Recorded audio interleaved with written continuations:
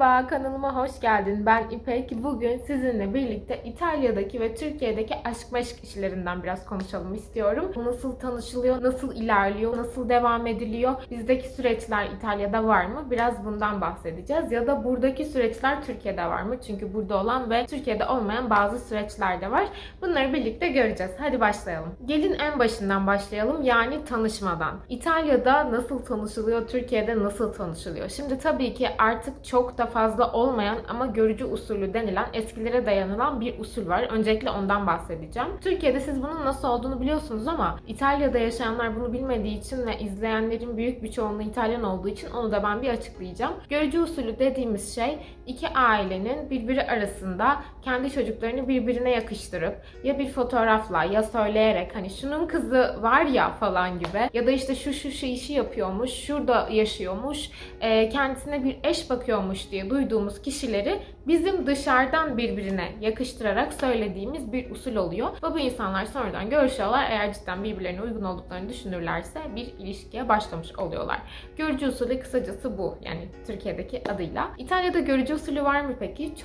Çok eski zamanlara gideceğiz şimdi. Sizi şöyle buradan bir alacağım. Yaklaşık 80-70 yıl öncesine götüreceğim. O zamanlar gerçekten çok küçük bir yüzde görücü usulüyle evlenebiliyormuş. Ama gerçekten çok küçük ve bu genelde bu ülkeden başka bir ülkeye taşınmak için oluyormuş. Mesela benim tanıdığım birisi var şu an 94 yaşında ve o görücü usulüyle buradan Arjantin'e gitmiş. Daha sonra buradan Almanya'ya giden, Amerika'ya giden, yani evlenmiş ama birbirlerini sadece fotoğraftan görerek ya da telefonda bir kere seslerini duyarak buradan oraya evlenmeye gitmiş olan kişiler varmış ta o zamanlar. Şimdi var mı? Şimdi gerçekten hiç yok. Geçmiş zamanlardan bahsederken de şunu eklemem gerekiyor çünkü yanlış olmasın. Fabio'nun anneannesine nasıl tanıştınız dedeyle diye sorduğumda bana şey dedi. Akşamları dans oluyordu her zaman dedi. Biz dans ederken tanıştık. Gerçekten çok hoşuma gitti. Nasıl falan biraz açar mısın dedim ve o zamanlar yani tarlada bahçede çalışan insanlardan bahsediyorum. Onların akşam eğlenceleri oluyormuş. Gençlerin düşünsenize 14-15 yaşındaki kişilerin böyle akşam eğlenceleri, danslara ateş böyle açıp işte akordiyonlar falan. Birisi akordiyon, kimisi şarkı söylüyormuş ve birlikte dans ediyorlarmış. Gerçekten çok güzel bir şey ve orada tanışmışlar. Bu şekilde tanışmalar çok eski zamanlarda oluyormuş. Türkiye'de mesela eskiden böyle bir tanışma, yani biz 80 yıl öncesine gidip böyle bir tanışma olduğunu ben zannetmiyorum. Böylece tanışma usulü olan görücü usulü burada ne kadar var onu öğrenmiş oldunuz diye düşünüyorum.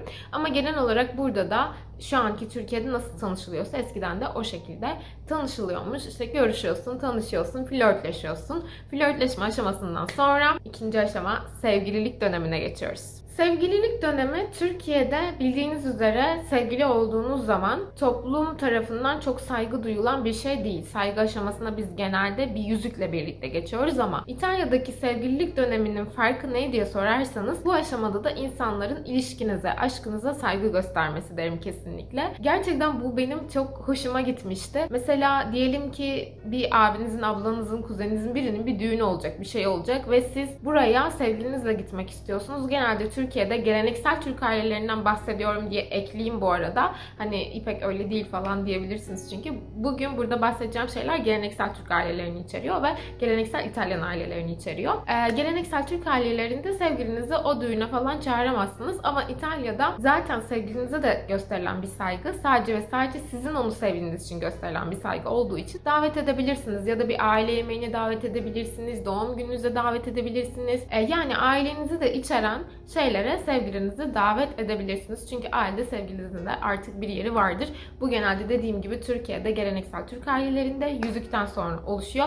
Zaten şimdi hemen 3. aşama yani nişanlılık aşamasına geçiyorum. Önce biraz Türkiye'de bu işin nasıl gittiğinden bahsetmek istiyorum. Türkiye'de nişanlılık olayı önce iki ailenin birbiriyle tanışmasıyla oluyor. Yani ailelerin tanıştığı aşama. Sonrasında bir kız istemeyle, ki kız istemeyi de kısaca açacağım dediğim gibi yabancı izleyicilerim için. Kız istemede iki aile bir araya gelir. Hatta iki ailenin çekirdek ailesinin dışında bazı ailede önem verilen fertler varsa aile büyükleri, yoksa amca, teyze, hala, dayı gibi kişiler de davet edilerek hep birlikte bir oturum açılır. Oturumun konusu şudur: sevgili kızımızı sevgili oğlumuza isteriz babasından. Kim ister? Oğlumuzun babası. Bunun için de çok meşhur bir cümlemiz vardır. Allah'ın emri, peygamberin kavliyle kızınız işte şunu, oğlumuz şuna istiyoruz gibisinden bir cümlede söylenir. Bu her kız istemede söylenir. Sonrasında babamız da der ki gençler birbirini sevmiş, düşünmüş, taşınmış, verdim gitti. Yani kısacası baba kızını bu kişiye, bu oğlana vermiş olur. Türkiye'de böyledir. Sonrasında hemen 2 tane yüzük gelir ve bu yüzükler şu yüzüğüm, bu 4 tane yüzüğüm olduğu için anlayamayabilirsiniz. Şu yüzüğüm, alyans dediğimiz yüzükler gelir ve bu yüzükler kurdelanın bir ucunda kızın yüzüğü, bir ucunda erkeğin yüzüğü şeklindedir ve ortadan bir makasla aile büyüğümüz onu keserek artık çiftimizin ilişkisini sevgililik mertebesinden nişanlılık mertebesine taşımış olur ve bu da bütün ailece kabul edilen bir olgudur. Bu arada şu minik bilgiyi ekleyeceğim. Bu kurdelanın ucundan bekar kızlarımız ufak ufak keser. Sonra onu galiba suyla yutan da var, cüzdanına koyan da var. Bu da şey demek oluyor Türkiye'de. Ne kadar kısa kestiyseniz o kadar kısa süre sonra sizin de kısmetiniz açılacak. Siz de dünya evine gireceksiniz, evleneceksiniz demek oluyor. Bu kısa bilgiyi de ekledikten sonra hemen konuma geri dönüyorum. İtalya'daysa kız isteme ya da yüzük aşaması yoktur. Direkt aileler birbirini zaten tanıyordur. Yani sevgililik döneminden dolayı ya da sırf tanışma olsun diye resmi bir şekilde değil, bir şekilde tanışmışlardır diye tanıyorlardır. Yani bizdeki gibi resmi aman işte bugün aile tanışması var diye bir telaş, bir hazırlık olmaz İtalyanlarda. Dediğim gibi yüzük olayı da yoktur. Zaten onlar için bu ilişki kutsaldır, saygı duyulması gereken bir şeydir. Bir yüzüğe ihtiyaç yoktur. Yüzük aşaması İtalya'da evlilikle birlikte gerçekleşen bir aşama. Bu aşamada kullanılan kelime ne peki? Fidanzato ve fidanzata. Erkekse o ile biteni seçiyoruz. Kızsa a ile biteni seçiyoruz. İtalyanca böyle bir dil. Bu ne demek oluyor biliyor musunuz? Bu iki kişinin birlikte olduğu ve bu birlikteliği bir sözle tamamladıkları anlamına gelir. Yani ileride evleneceklerinin sözü gibi düşünebilirsiniz. Ciddi bir ilişki olduğunu gösteren bir kelimedir ve bu iki kişi birlikte yaşamıyorlardır aynı zamanda eğer fidanzato ya da fidanzata kelimesi kullanılıyorsa. Peki neden birlikte yaşamadıklarını özellikle vurguladım? Şimdi ona geliyorum. İtalya'da kullanılan başka bir terim. Conviventi. Bu ne demek? Birlikte yaşayan bir çifti ifade etmek için kullanılıyor İtalya'da ama bu çift henüz evlenmemiştir. Sonra başka bir ifade var. Yine birlikte yaşayan bir çifti anlatıyoruz. Ama evlilik niyetinde hiç olmayan, genelde çok yetişkin yaşlarda olan bir çifttir bu çiftimiz. Onlara da compagno ya da compagna denir. Yine dediğim gibi öyle biten erkek için, aile biten kadın için kullanılır. Bu biraz daha böyle hani sevgili anlamındadır ama genç değil de daha yaşını başını almış çiftler için kullanılır. Peki bu ilişki, bu iki bahsettiğim ilişki yani conviventi ve compagno nasıl karşılanıyor toplumda? Bundan bahsedeceğim. Tabii ki Türkiye'de de birlikte yaşayan çiftlerimiz var ama aradaki fark İtalya'da ne? Bu çiftlerimiz saygı duyulan çiftler oluyor burada. Mesela benim tanıdığım conviventi olan bir çift var. Bebekleri var. Çok mutlular. Aile torunlarına torunum diyor. Yani hani evli olmadığı için torunu değilmiş ya da o kıza gelinleri değilmiş gibi davranmıyorlar. Onlar için çok normal bir şey. O yüzden toplumda gayet yeri olan bir terimdir. Yani İtalyan kültüründe yeri olan bir terimdir. Peki compagno nasıl? Bir örnekle galiba açabilirim. Yine bir tanıdığımdan örnek vereceğim. Çok sevdiğim Pili amcam. Kendisi yani 80 yaşına doğruya gidiyor. 78-79'dur ya da 80'in biraz bir tık üzerinde bir amcam oluyor. Ve onun böyle bir birlikte yaşadığı bir teyzemiz var ama biz yani kötü bakmıyoruz. Çok normal bakılıyor. Hatta şöyle deniliyor. Yani evlenme niyetinde değiller ama bu çok normal karşılanıyor. Hani şöyle denmiyor. Ya bu yaştan sonra birlikte yaşamak mı falan. Türkiye'de böyle denilir genelde. İtalya'da onun yerine şöyle deniliyor. Ya bu yaştan sonra evlenip ne yapsınlar? Hani normal birlikte yaşıyorlar. Hayatlarını paylaşıyorlar. Bir aşk birliktelikleri var. O yüzden bunun da gayet toplumda saygıyla yerini bulduğunu size söyleyebilirim. Ve son 6. oluyor galiba. Şimdi 6. maddeden de bahsedeceğim size. Biliyorsunuz ki nişanlılık ve evlilik süreci arasında gelişen bir dönem var.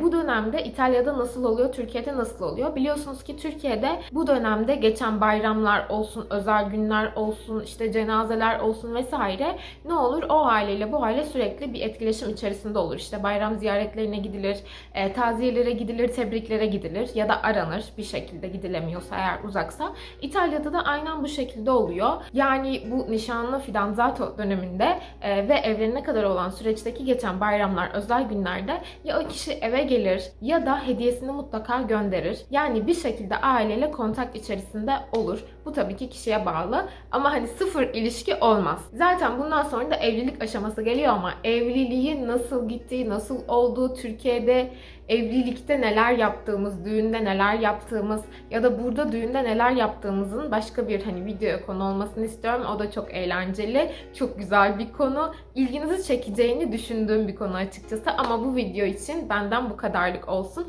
Bu arada geçenki videoya gerçekten çok fazla ilgi gösterdiğiniz, çok mutlu oldum. O yüzden hemen böyle bu konsepte başka bir video daha çekmek istedim ama dediğim gibi listem çok uzun. O kadar çok şey var ki size anlatacağım. Siz kahvelerinizi yapın gelin. Benim buradaki sohbetli, konuşmalı videolarımı izleyin yeter ki. Ben her zaman buradayım. Çıkmadan eğer videomu beğendiyseniz beğeni bırakmayı unutmayın. Bu videolarımı hemen izlemek için abone olmayı unutmayın ve tabii ki kendinize çok iyi bakın.